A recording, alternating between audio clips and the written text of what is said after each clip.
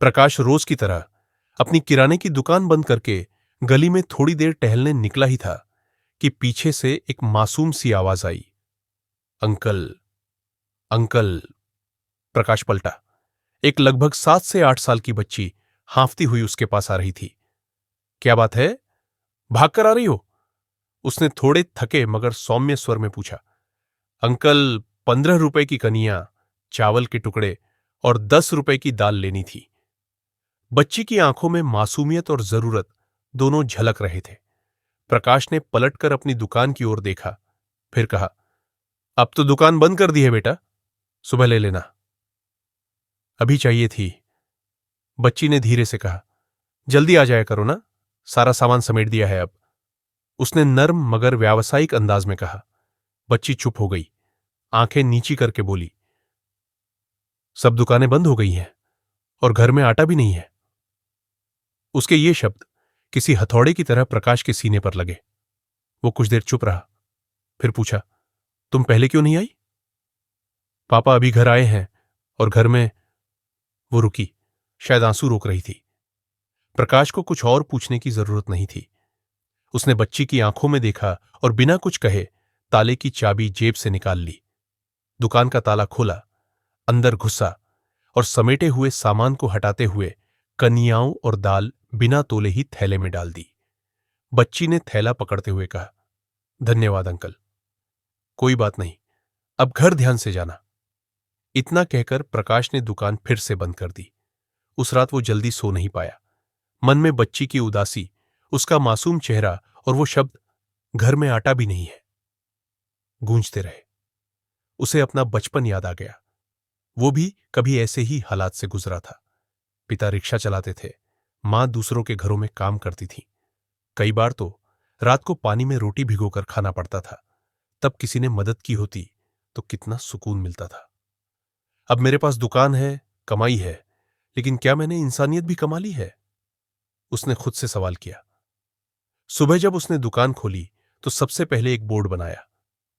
यदि आपको जरूरत हो और पैसे ना हो तो बेहिचक बताइए, कुछ सामान उधार नहीं, हक से मिलेगा। पास में ही एक डब्बा रख दिया जिस पर लिखा था, अगर आप किसी के लिए मदद करना चाहें तो इसमें पैसे डाल सकते हैं। गली के लोग पहले तो हैरान हुए, लेकिन धीरे धीरे लोग समझने लगे कि ये कोई पब्लिसिटी स्टंट नहीं, ये उस इंसान का दिल था जो अपने अतीत से सबक लेकर किसी का आज सुधारना चाहता था। एक हफ्ते बाद वही बच्ची फिर से आई, इस बार अपने छोटे भाई के साथ। अंकल, पापा ने कुछ पैसे दिए हैं, पिछली बार जो आपने दिया था उसका भी जोड़ ले, वह मासूमियत से बोली। नहीं बेटा, उस दिन जो दिया था वो इंसानियत का कर्ज था, उसका कोई हिसाब नहीं होता। बच्ची मुस्कुरा दी। उसने दुकान में रखा वो बोर्ड पढ़ा और बोली, पापा ने कहा है कि जब वे मजदूरी करके लौटेंगे तो इस डब्बे में पैसे डालेंगे ताकि किसी और को भी मदद मिल सके। उस दिन प्रकाश की आंखें भर आईं। किसी ने सच ही कहा है, नेकी कभी बेकार नहीं जाती। धीरे धीरे इस दुकान का नाम गली में फैलने लगा, इंसानियत वाली दुकान। गली की बुजुर्ग महिलाएं, अकेले रहने वाले बुजुर्ग और दिहाड़ी मजदूर अब यहां से इज्जत से सामान लेते। जो सक्षम होते वे उस डब्बे में कुछ न कुछ डालते जाते। कई स्कूल के बच्चे भी अपनी गुल्लक से पैसे लाकर उसमें डालते। यह दुकान अब सिर्फ व्यापार का स्थान नहीं थी, यह एक भरोसे का मंदिर बन गई थी। कुछ ही समय में इस दुकान की चर्चा सोशल मीडिया पर हुई। एक स्थानीय पत्रकार ने इस कहानी को अपने अखबार में छापा। जहां मुनाफा जरूरी नहीं, जरूरत की कीमत ज्यादा है, पढ़िए इस दुकान की कहानी। यह लेख वायरल हो गया। कई सोशल मीडिया पेजों ने इस दुकान का वीडियो बनाया। लोग दूर दूर से इस इंसानियत वाली दुकान को देखने आने लगे। पर प्रकाश ने कभी उसका फायदा नहीं उठाया। उसने कहा, अगर एक बच्ची की भूख ने मुझे बदल दिया तो शायद ये दुकान किसी और को भी बदल दे। वो बच्ची अब रोज स्कूल जाती है। प्रकाश ने उसके स्कूल की फीस भी गुप्त रूप से भर दी।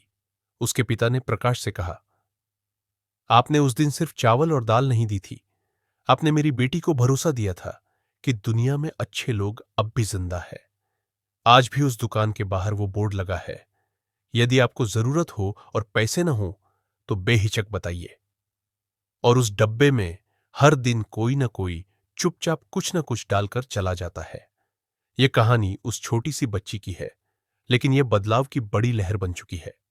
एक व्यक्ति, एक दुकान और एक मासूम सी आवाज ने यह सिद्ध कर दिया कि बदलाव की शुरुआत बाहर से नहीं, दिल के भीतर से होती है।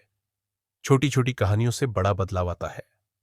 अगर यह कहानी आपके दिल तक पहुंची हो तो चैनल को सब्सक्राइब करें और वीडियो को लाइक करना ना भूलें।